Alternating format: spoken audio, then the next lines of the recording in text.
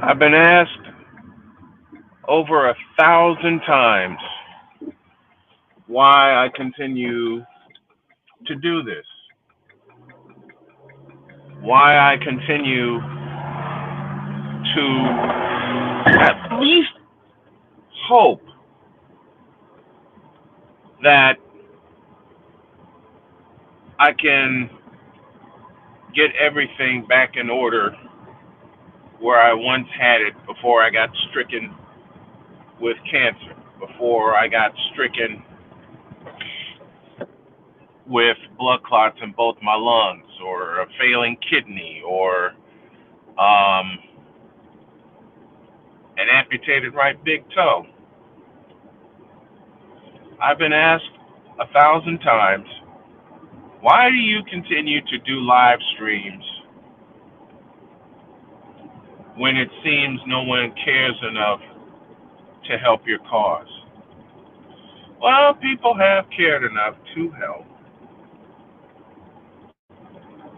I am just disabled right now.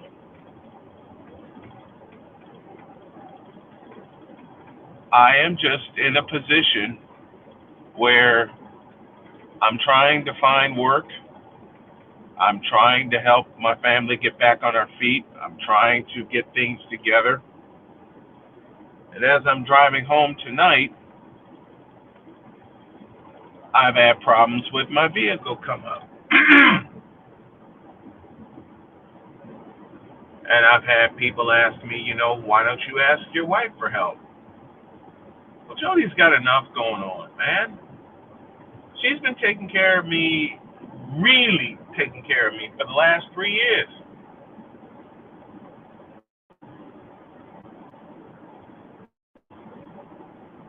I'm gonna I'm trying to find a way. Don't get me wrong, I'm trying to find a way to earn money and do it myself and get my family back on their feet and help us get to where we need to go to next. Believe me, I'm trying. Some people just don't believe I'm trying. Well, the hell with them. I don't care. I've already made it clear during a previous stream that you can say any and everything about me that you want, but you say something about my family, and that presents a problem. And I've had so many ill things said about me, my wife, and my family. The ill things that they've said about me, and I'm talking about people in general, that I'm lazy, that I'm not motivated, that I'm just bullshitting around with everything that I've been through. Yeah, someone actually said to me that I didn't contract cancer. Hell, a family member said to me that it was my wife's fault that I got cancer. How ridiculous is that? How ridiculous is that for someone to actually fix their minds to think that the woman who I love with all of my heart and soul and being is the reason I got stricken with cancer? How stupid do you have to be to think that? More to the point, how stupid do you have to be to quote unquote know that I don't have cancer? Really?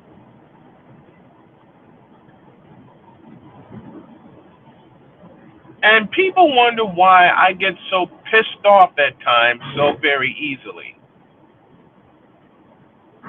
I've often said that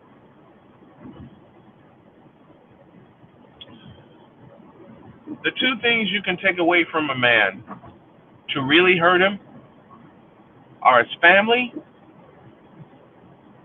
and a way for him and the way for him to provide for his family. I haven't lost my family, although I must admit aloud I have an overwhelming fear that I will if I don't get everything back together.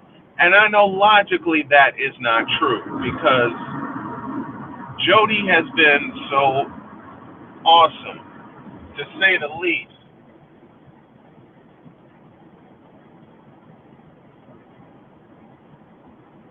I can honestly say out loud, and I don't think anyone will disagree, that this black man would not be here were he not with any other woman, were he with any other woman aside Jody. Period. I'll say it out loud, and I mean every word of it.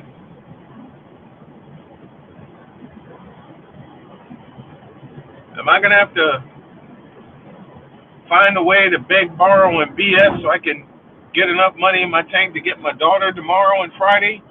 Absolutely.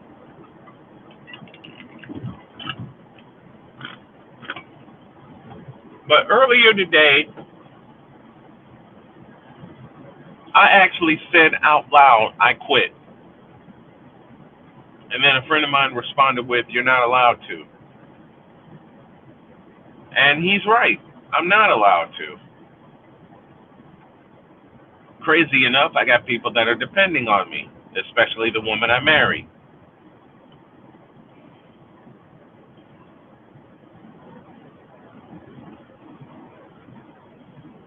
But what can a man do, or what does a man do when he reaches his breaking point? Better question. What does a man do when he's beyond his breaking point?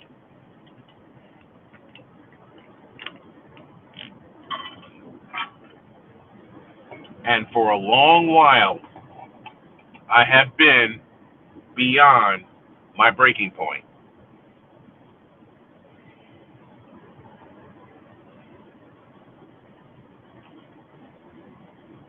There are so many weapons I know I can use to make this thing go, to make this broadcasting empire of mine go.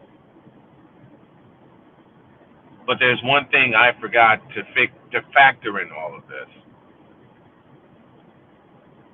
In a full state, I didn't trust it until now.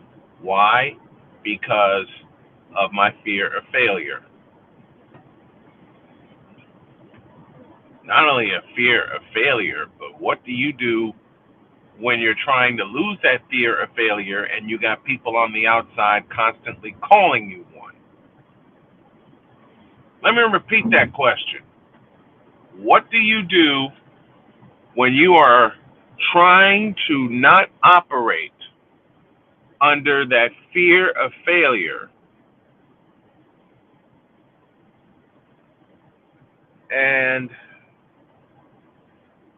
you constantly have people telling you that you are a failure, that you'll be nothing, that you'll never ever amount to anything, that you won't reach your goals, which is bullshit to me because I feel any and everybody can reach their goals when they put their foot down and their pedal to the metal to do so. I am one of the few that have not really put my foot down on people's necks to get there. And I'm rambling like a sumbitch right now because it's almost 1 in the morning. I finally got enough in my tank to get home. I don't have enough to get to work. I don't have enough to get to work tomorrow or to get my daughter or get breakfast or anything like that. I literally used my last $4 and stuck it in my tank so I can get home and kiss my wife before I go to bed and say, "Baby, I'm home safe." And you're right, Nightfall. Survival is the best revenge.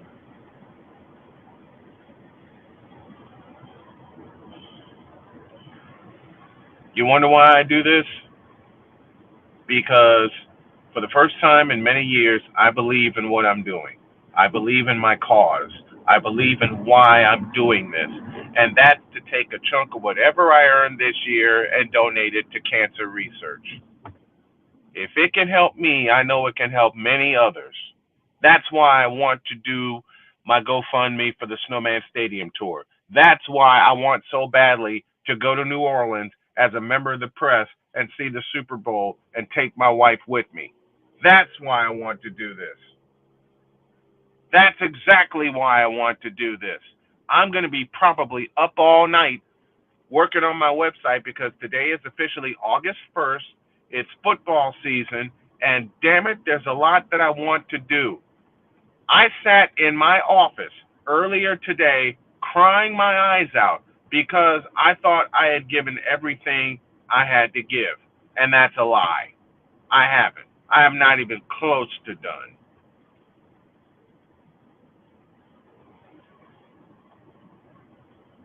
There are some times when people have to say aloud, no, change that. There are some times where men who have reached their breaking point and sometimes beyond their breaking point to just say aloud, I am not fine.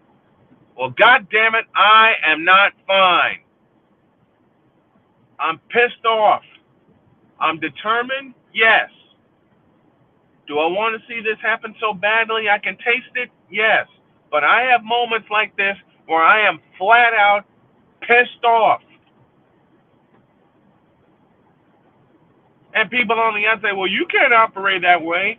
Fuck you. Walk in my shoes and you'll understand why I have moments like this where I get so pissed off that I want to scream, I want to yell, I want to swear, and just do everything counteractive to what I want, to what I need to do. But I'm doing what I need to do right now, is that in a jumbled fashion, I am letting all these feelings out. For once, I am not operating under buyer's fucking remorse, which is letting these feelings out and worrying about society. Society to kiss the back of my fat ass. All right? And I've had that feeling since the day I married Jody. Well, hell, let me be real. Let me be real blunt. I never gave a fuck about society anyway, but everything was so drilled in me by my blood family that I needed to care about what people think, that I needed to care about what people saw on me, in me, or whatever. And finally, at age 52, I don't give a fuck. I am not fine, but God damn it, I'm gonna be. If I don't use the weapon that my sweet little daughter Cheyenne said, Daddy, use your microphone. My wife, Brian, use your microphone. And that's one of the few times she hasn't called me tall man or she hasn't said Mister, a joking nickname between the two of us.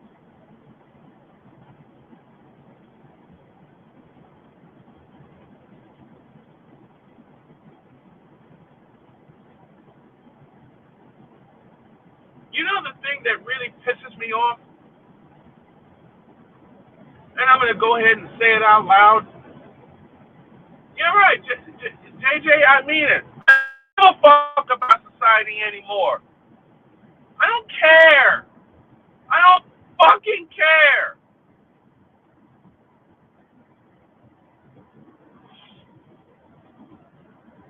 Bill Bixby delivered the most infamous line that a lot of men I know can identify with. And that line is, quote, don't make me angry. You wouldn't like me when I'm angry. Don't fuck with my family. You wouldn't like me if you fucked with my family. Verbally, physically, emotionally, or what the fuck ever.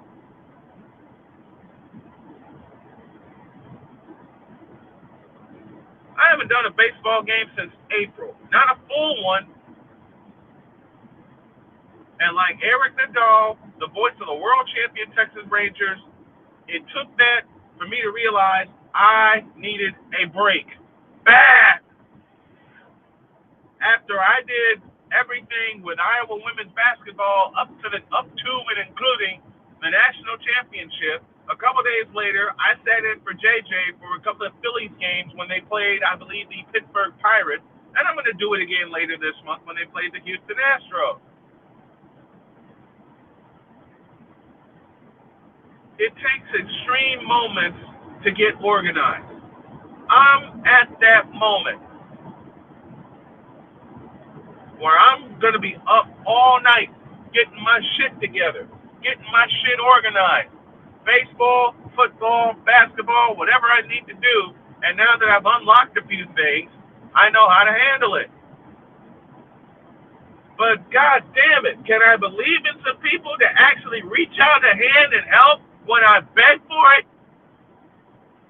I mean, if other people on YouTube can just pop up, start talking about drama, i.e. Megan the goddamn fucked up back assward stallion, and get a ton of help that way, then why the fuck can a cancer survivor, a survivor of blood clots in both of his fucking lungs, a toe amputee, and a survivor of kidney failure get the same kind of help when I'm actually standing on goddamn business?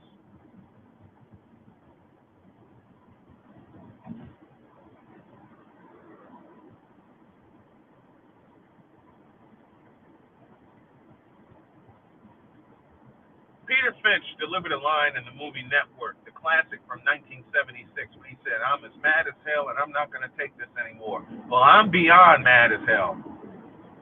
I'm beyond mad.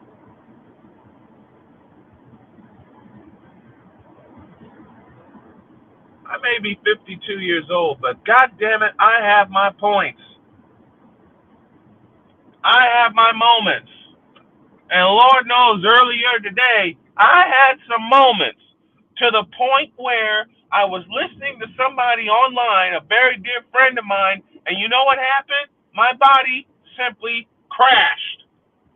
I climbed into bed, I put the headphones on, and the next thing I knew was my wife wrapping her arms around me, giving me a hug and a kiss. It was that late. I crashed.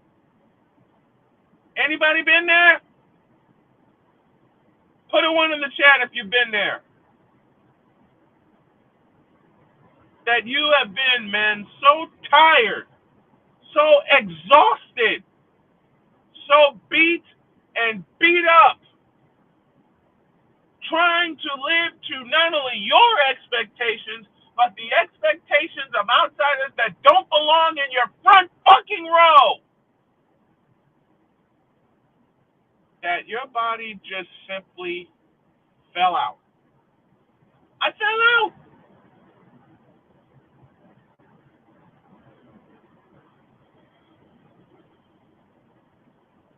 I haven't been able to concentrate.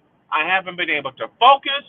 I haven't, and I know I've got medicine that'll help me do that. I know that. I'm trying to do this naturally. And the natural way for me to do it is to just blow fucking steam.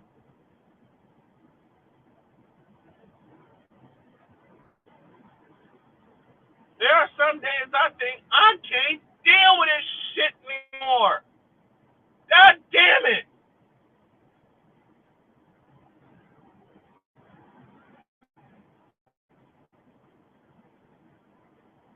I get so mad that I utter cuss phrases I didn't think I could put together. Hell, I utter cuss phrases that would make George Carlin wince. And anybody who knows me or knows of me, one of my comedic heroes is George Carlin. Another is Richard Pryor. And thank you, Nightfall Drop, for the ride to the rescue. I appreciate it.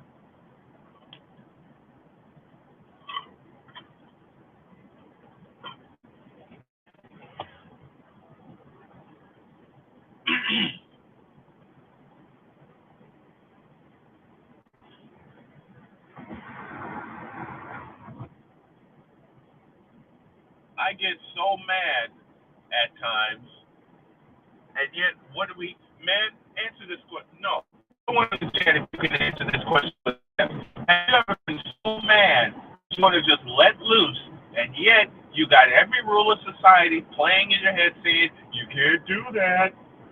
You got to keep it together. Put a one in the chat if you've been there. Huh?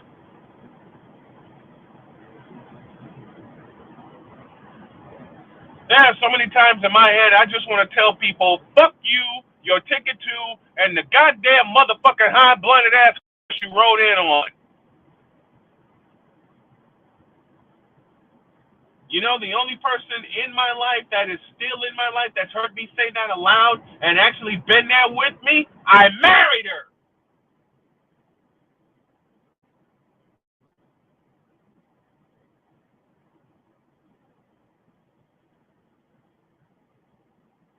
I married her. Jody has heard me cuss up a storm. All right? I've had my late mother, bless her heart, but I'm getting this off my chest. I've had my mother tell me, oh, no one's going to like you if you have a mouth like that. Man, shut up. All these voices in my head can finally shut the absolute motherfuck up. Shut the fuck up. Leave me the fuck alone and let me handle my business my way.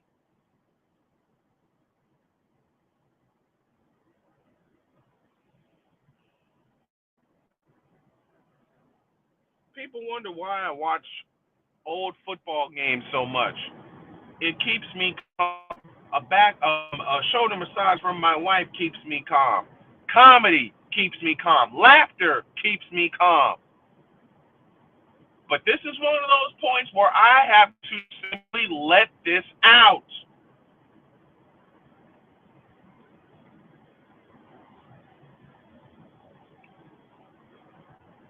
From now on, anybody that don't understand my plight or doesn't want to understand my plight, kick fucking rocks.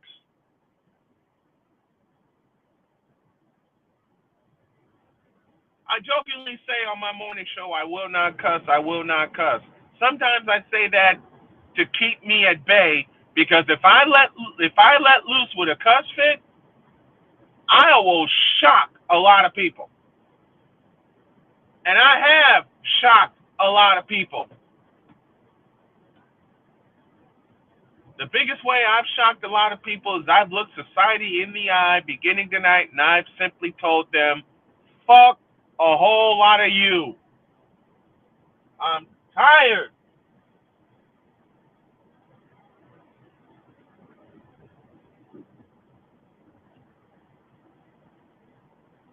One of my other favorite comedians is Louis Black.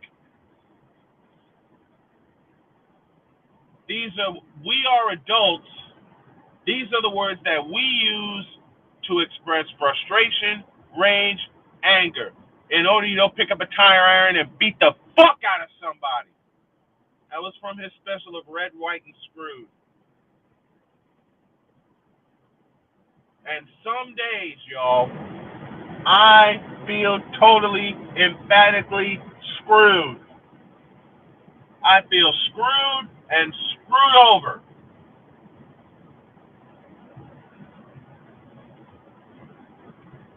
And you know what really, let me let this out too. I don't broadcast on LinkedIn anymore. Why?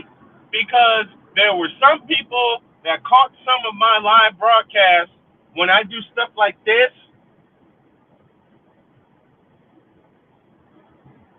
and they're like, you shouldn't put that on your LinkedIn page. It interferes with your business. Man, suck my dick. This is me letting some shit off my chest that's needed to get off my chest for a while, but I operated in such fear that I didn't want to let it out. Check that. I wanted to, but a fear reaction kept me at bay. Not anymore. Look, I know I have to get consistent with everything I do with my sports programming. I know that. I know that. And I'm getting better at it, damn it. It just took me a long time to realize I've been so fucking tired that tonight happened. I had planned to sit in my studio and do this earlier tonight. I did. I grabbed a snack, I climbed in bed, and dropped like a rock.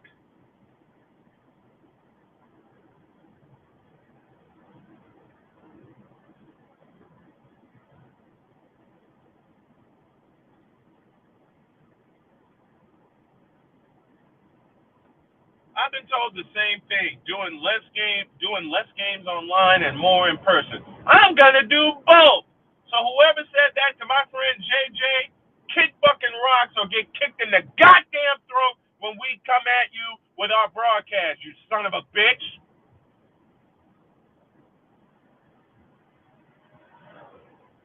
I'm doing both.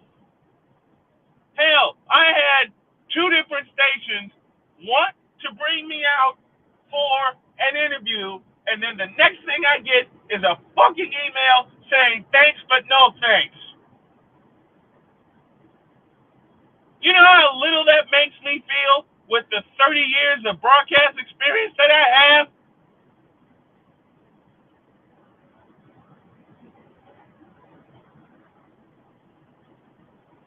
You know how little it makes a man feel that he's so excited that he's finally going to have a chance to get back in the booth and provide for his family, and then all of a sudden that station or that clusterfuck of stations tells him thanks but no thanks? What?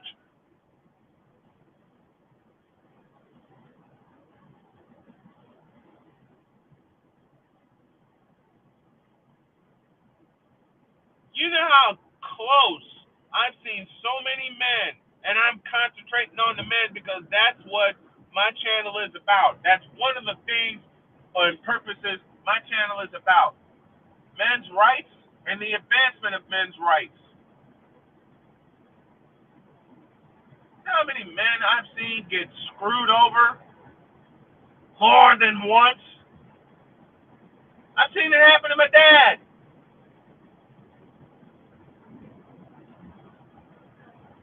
I've seen it happen to my uncles.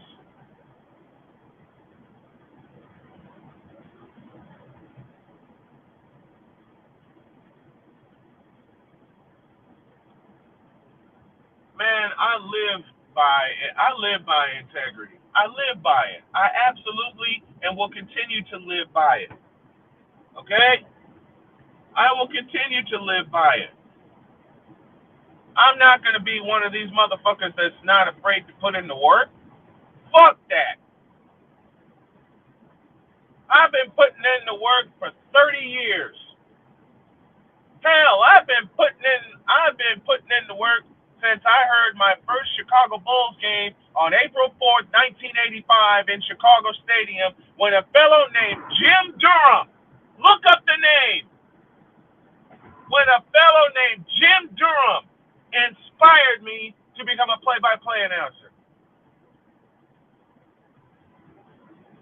My three idols when I first got started were Jim Durham, Wayne Larrabee, and John Rooney.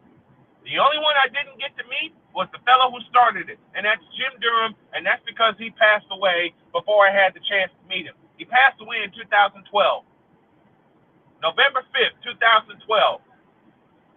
I lost my broadcasting hero in Jim Durham, but I have talked to John Rooney, I have met John Rooney, and thanks to the power of Snowman in the Morning, I have since met Wayne Larrabee. I've had Wayne Larrabee on my show. Hell, I met Wayne Larrabee in person in 2013 at Hinkle Fieldhouse in Indianapolis, Indiana. I reached out to him. Hey, you want to come on the show and have a conversation? Yeah, we did that. We did that. I would love to have met Stuart Scott also. I would love to have had the chance to meet the one and only Vin Scully. I would love to have had the chance to meet Jack Buck. Two of my other heroes, who I do voice impressions of a lot. I have intentions next year of going to Washington, D.C. and meeting two of my favorites in Charlie Slows and Dave Jagler. Anybody know those voices? I know you do, JJ. Those are the voices of the Washington Nationals. I'm tired.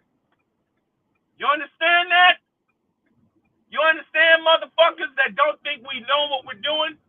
I'm tired.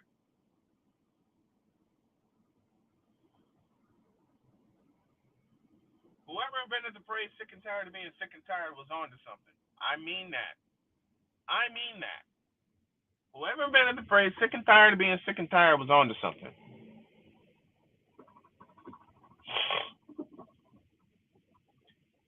Because I'm tired. And I am now home. This is one of those times where I needed to just absolutely go off.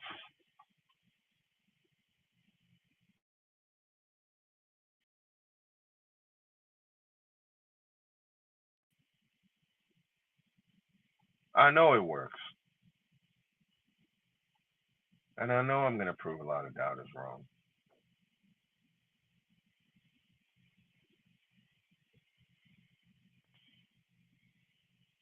Hell, there's a college up in Gary, Indiana that's interested in my service.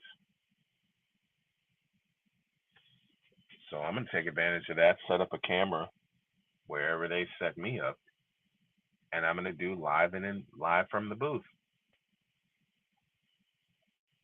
Hell, I'll be damned if I don't reach out to a school up in Northwest Indiana and have them say, "Yeah, come on by. You can broadcast our stuff." And then and if it's Michigan City, I'll buy up every sponsor in goddamn LaPorte County before any other station gets there.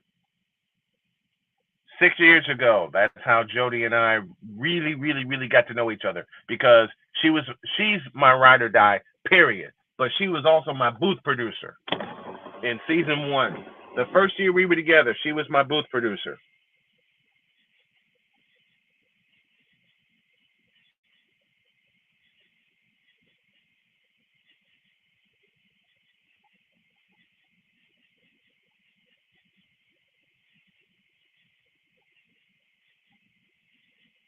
Well, I won't be able to kiss all of my girls because they're mostly grown, but they know I kiss them in their mind. Cheyenne, Samantha, Kaylee, Tanya, Carmen, and of course my baby boy Dakota, who celebrated his birthday today.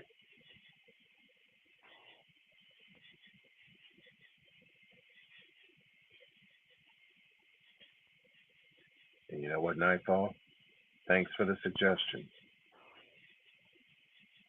I'm going to make up the bed every morning. Every morning. And yeah, I can go to bed feeling I've done everything within my power today, even with all the emotions, even with all the anger and the bad words and the crying and the yelling. Because believe me, when I'm here at the house and my wife's at work, I do a lot of each.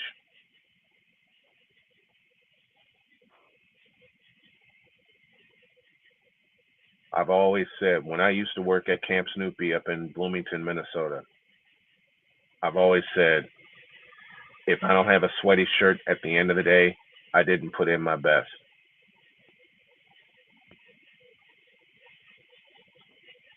I put in my best every day. And I'm going to continue to put in my best every day until the first mountain is climbed.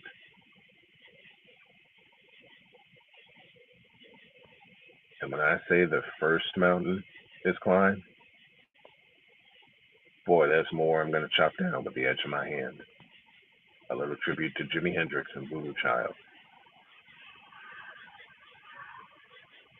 To Nightfall and to Play by Play with JJ and to RC, thanks for listening to a snowman rant and go off and get all these feelings off my chest.